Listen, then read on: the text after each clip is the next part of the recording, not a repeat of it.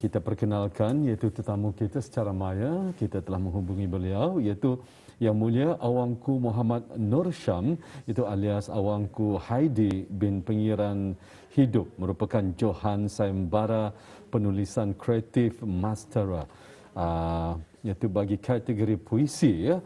Assalamualaikum Awangku. Waalaikumsalam warahmatullahi wabarakatuh. Ya, apa Selamat khabar pagi. Awangku? Baik, Alhamdulillah. Alhamdulillah. Ya. Baik, kita sekarang bersama dalam ini untuk lebih mengenal ya dan mungkin dapat kita bercerita sedikit mengenai dengan sayembara penulisan kreatif Mastera kategori puisi ya, di mana kita difahamkan Awangku merupakan Johan ya dalam sayembara tersebut. Baik, ingin kita kongsikan sedikit mengenai dengan informasi mungkin ya. Baik. Ya, sedikit ya Awangku ya, di mana sayembara penulisan kreatif Mastera ini merupakan projek yang dianjurkan oleh Mastera Malaysia dengan kerjasama Mastera Brunei Darussalam, Indonesia, Malaysia dan juga Republik Singapura.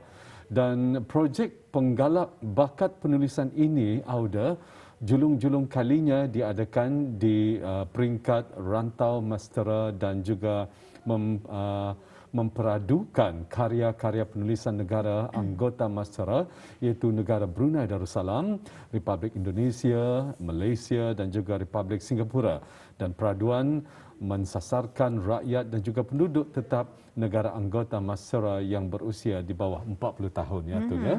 Ya. Ya. Dan juga kita ni akan mengetahui lebih lanjut lagi mengenai dengan perkara ini.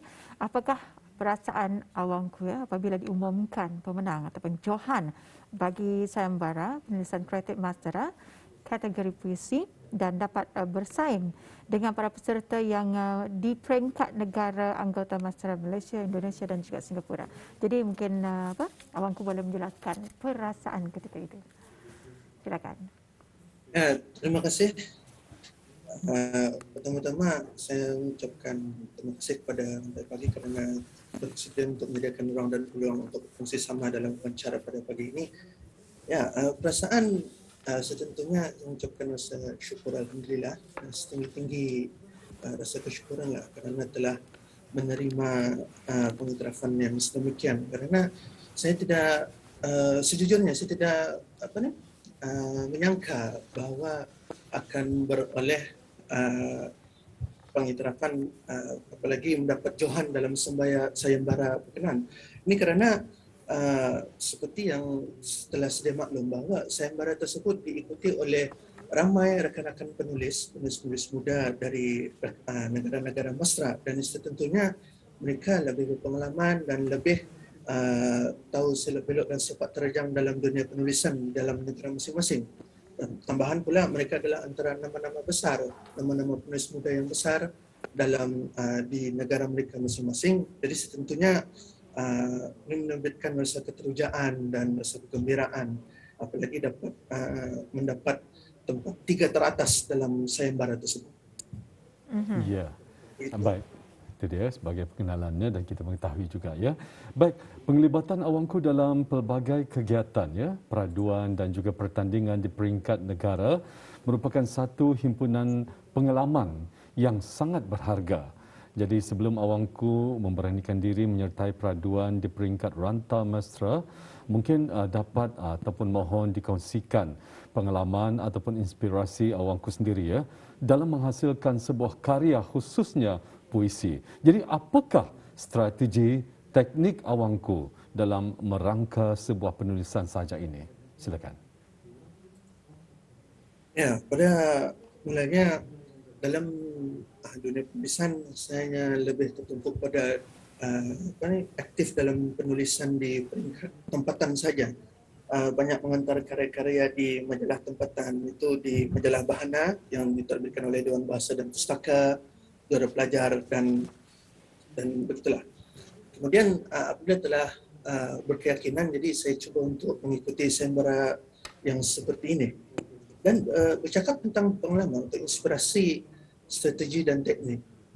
Saya sebetulnya tidak begitu menekankan atau mengkhususkan beberapa strategi atau teknik tertentu. Kerana dalam strategi naratif ataupun pengkaryaan kreatif, saya lebih mengkhususkan kepada buat saja. Apa saja ide atau ilham ditulis, kemudian barulah proses seterusnya untuk mengedit atau gunting dan seterusnya untuk mencantas dan memangkas setiap bahan tulisan tersebut agar lebih murni dan lebih baik apabila dibaca dan didengarkan. Itu. Jadi di sini ya awangku, sajak Soldadu Aksara, Soldadu Aksara mengutarakan bait-bait sajak yang puitis, syarat dan dengan simbol, makna di sebalik kata-kata yang segar, bertenaga dan estetik.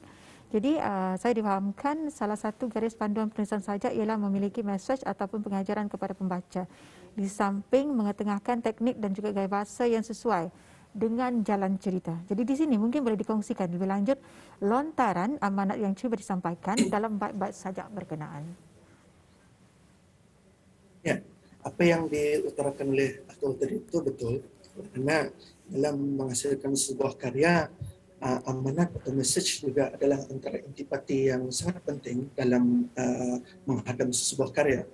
Dan ini diperbentukkan oleh beberapa teknik dan gaya bahasa atau stilistik dalam sebuah pengkaryaan. Baik, berbicara tentang sajak Soldadu Aksara, saya cuba untuk menekankan tentang kepentingan atau pelestarian pemanifestasian tentang bahasa, yaitu bahasa Melayu, tentang beberapa cabaran yang dihadapi oleh bahasa Melayu itu sendiri. Cabaran yang dihadapi oleh bahasa Melayu bukan saja berlaku di negara ini, tetapi juga negara yang menjadikan bahasa Melayu sebagai lingua francanya atau wadah pengucapannya. Kemudian saya melihat lagi perkembangan bahasa Melayu itu di negara-negara yang bukan berbahasa Melayu seperti di Korea, di China. Jadi dari sana timbulnya message yang cuba saya garap dalam sajak ini untuk melihat bahawa bahasa Melayu itu kalau ia tidak dikekalkan atau diamalkan, dipraktikkan, ia sendiri akan mati walaupun ia hanya tinggal nama saja. Apalagi kalau penuturnya itu sendiri tidak mengamalkan bahasa Melayu itu sendiri, sehingga terjadilah kerancuan bahasa, kecelaruan bahasa, kerencaman dalam berbahasa Melayu. Dan itu yang saya tuangkan ke dalam sajak-sajak yang berjudul Soldadu Aksara ini. Iya, itu dia ya. Baik. Dan kita memahami di mana bahasa memainkan peranan penting dalam pembentukan sebuah penulisan karya. Jadi khususnya karya kreatif sastra, dan mungkin dapat kita kongsikan apakah pandangan atau kaedah awangku dalam memperkaya dan memperkasa kosakata bahasa Melayu ini. Silakan. Ya, baik. Terima kasih. Dalam menghasilkan sebuah karya kreatif, proses kreatif menghasilkan penulisan, memang unsur bahasa itu merupakan intipati yang terpenting dalam menghasilkan sebuah karya penulisan. Dan ini dapat kita perolehi dari pelbagai unsur, bahwa dari sekeliling kita juga boleh kita dapatkan untuk memperkasa kosakata bahasa Melayu, antaranya dari pengalaman, pengamatan, pembacaan, dan penyertaan. Dan kalau bagi saya sendiri, untuk memperkaya dan memperkasa kosakata bahasa Melayu itu setentunya adalah melalui pembacaan. Dengan banyak membaca karya-karya bahasa Melayu, bahkan karya-karya bukan bahasa Melayu juga amat penting, karena di sana kita akan melihat melalui terjemahan. Kemudian juga kita sebagai penulis harus menyantuni kamus, karena untuk mengetahui sesuatu makna, sesuatu arti perkataan, untuk memperkaya suatu bidang leksikal atau suatu linguistik, kamus sangat penting sebagai seorang penulis. Karena kalau hanya membaca tanpa mengetahui arti dan maknanya, tentu akan menjadi dangkal dan sukar untuk memahami apa yang hendak disampaikan, apa yang hendak ditulis dalam sebuah karya. Ya.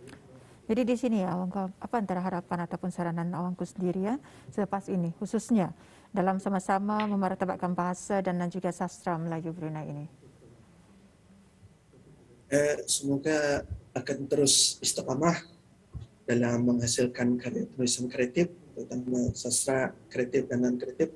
Dan semoga saja selepas ini akan lebih ramai lagi rakan-rakan penulis muda yang akan tampil dan bergiat aktif untuk menghasilkan karya kreatif dan memperkembangkan sastra negara Brunei Darussalam seiring dengan para penulis mapan yang ada sekarang. Jadi, Baik, kali ini kita ingin ataupun kita amat merasa sekali ya, mungkin dapat penghargaan daripada awak sendiri. Mohon dibaca sajak Soldadu Aksara oleh Johan kita, iaitu Johan Sayembara Penulisan Kreatif Mastera bagi kategori puisi. Mungkin awangku boleh kita kongsikan bersama, kita ingin mendengarkan juga. Silakan awangku. Baik, terima kasih. Sama. Soldadu Aksara. Soldadu Aksara yang sekian lama berdiri, kukuh membenteng ayat dan kata, akhirnya mati berkecai tanpa sisa. Akibat tujahan peluru dan bom petualang di medan perang bahasa tanpa mengira, aksara mana satukah yang akan dicabut nyawanya hingga mati sia-sia tanpa sempat meletakkan panji noktah pada kubu wacana lawan. Lalu, angkatan tentera manakah yang bakal melaungkan slogan keramat senjata aksara yang terlucut, dan batalion manakah yang rela mengaku kalah? Gempita letusan masih membuak di medan perang bahasa, sedang aku masih merangkak di antara mayat para pejuang, mencari sisa soldadu aksara yang masih bernyawa, yang berani marah mengangkat mata penanya, membunuh musuh yang menyamar di balik dakwah hitam. Namun, yang kudapati hanya laskar bacul, yang kononnya antara pilihan yang gagah bersilat lidah. Namun dari belakang ia menusukkan keris dombanya, hingga dengan lantang mengaku dialah panglima bahasa, yang teguh mempertahankan tanah aksaranya, yang jujur memperjuangkan bahasa bangsanya. Di sini, apakah si bacul itu yang sekadar mampu menyaksikan ramai soldadu aksara yang mati tanpa sempat melafazkan mukadimah, yang mati tanpa sempat berukir tanda dan baris, yang mati tanpa sempat sampai ke hujung nokta, yang mati tanpa diarak balon gendang bersemboyan, yang mati cari ke bumi tanpa pusara dan kalungan bunga, dalam mencari tanda titik, titik, titik. okey. Itu yang dapat antara soldadu aksara. Ya. Jadi di sini awangku, Soldadu Aksara. Apa sebenarnya aksara ini? Aksara. Huruf. Aksara itu adalah huruf. Huruf. Coding. Oh. Huruf. Ya. Okey, huruf. Soldadu adalah askar. Soldadu askar ya, kita tahu. Ya, jadi askar huruf. Huruf. Aksara. Jadi sangat mendalamlah. Jadi bagi mereka yang memahami dengan Orang sastra memang mengetahui. baik-baik puisi berkenaan memang memahami, dan juga tentunya mempunyai makna yang sangat mendalam ya, dengan puisi yang telah pun sebentar tadi disampaikan oleh awangku. Dan sebagai penutup temu bual kita ataupun wawancara kita pada hari ini, mungkin ada kata-kata terakhir untuk awangku, silakan. Ya, terima kasih.